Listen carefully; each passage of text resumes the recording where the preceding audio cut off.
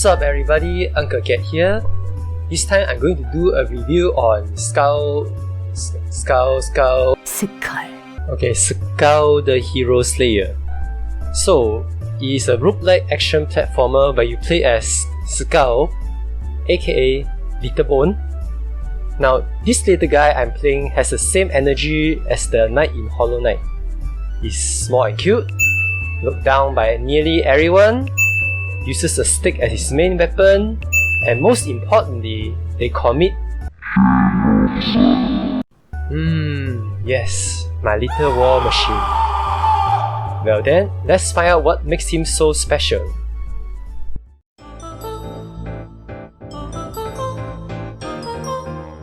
So, the main concept or attraction of this game is that this little skeleton here has the ability to transform into the original owner of the skull by simply wearing a skull, and there are more than 30 skulls to try.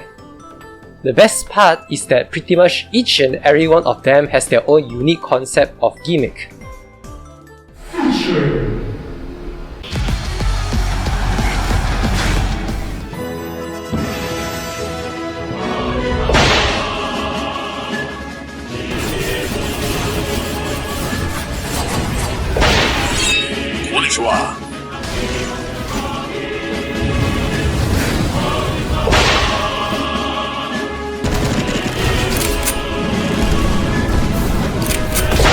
Heavy machine gun.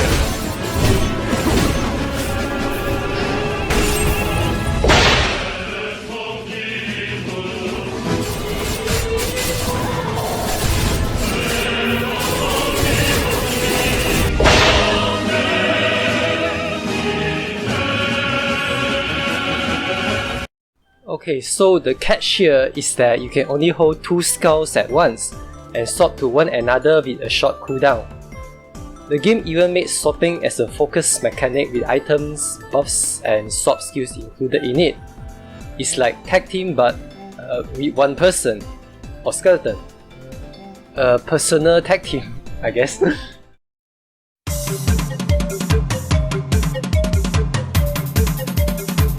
It has pretty much the same charm and annoyance one would face in a roguelike game, especially in the late game. That is, wondering what the hell is going on as the screen is bombarded with projectiles and effects. Seeing the entire screen filled with numbers as you lay waste is very satisfying. But not knowing how your HP went missing is equally annoying as well. Thankfully, this game provides clear signals on many incoming attacks from highlighted flaws to a better stance. Conversely, the amount of effects that is going on may just block the view.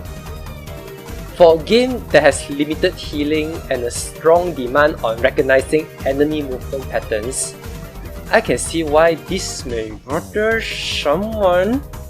The boss fights on the other hand is pretty well made for each of them because it has distinctive patterns, has great and very cool design to be honest, and feels like a dance at times. They can be approached in various ways, though some are obviously more advantageous, which leads me to my next point.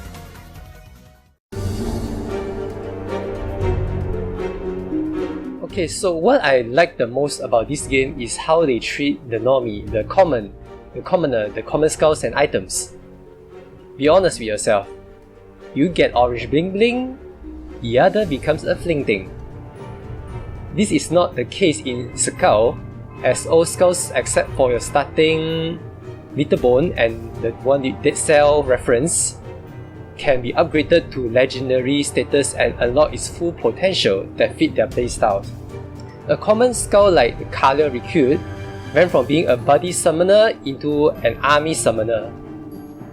As for the items, legendaries usually are better than the common at their job. Now, the catch here is that each item there have their own 2 categories. If you get items with the similar categories, that buff will grow exponentially. That means any common item can be as worth or deadly as the final upgrade of that category. the most prevalent being the fairy tale, and also my favorite and most people's favorite because this is how it looks. And this is how it felt. I've assembled all 5 special cards, all 5 pieces of the puzzle.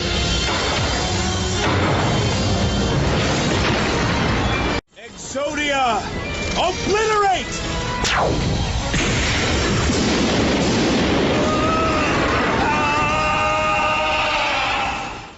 On the downside, the build itself may have questionable balancing, as some felt really underwhelming or too situational. That includes the skulls, by the way. Finally, there's one more thing that I felt is pretty subpar for a game of this genre. That's right, this game is of the roguelike genre, and this genre usually shines when it comes to replayability. Don't get me wrong, I don't hate on it. Skul does have replayability, but compared to other big titles like Binding of Isaac, Darkest Dungeon, Crypt of Necrodancer, it falls behind. Before completing your first run, they did it pretty well because it gives you a sense of progression by saving these boil tears that make your future runs slightly easier. But after completing for the first time, that's where it starts to fall off. I've completed more than 20 runs when I read this review, and the only reason I'm still eager to continue playing is because I want to see what all the 30 plus skulls has in store for me when I fully upgraded or simply want to try some new builds. Every map in this game comes from a pool with fixed layout and enemies.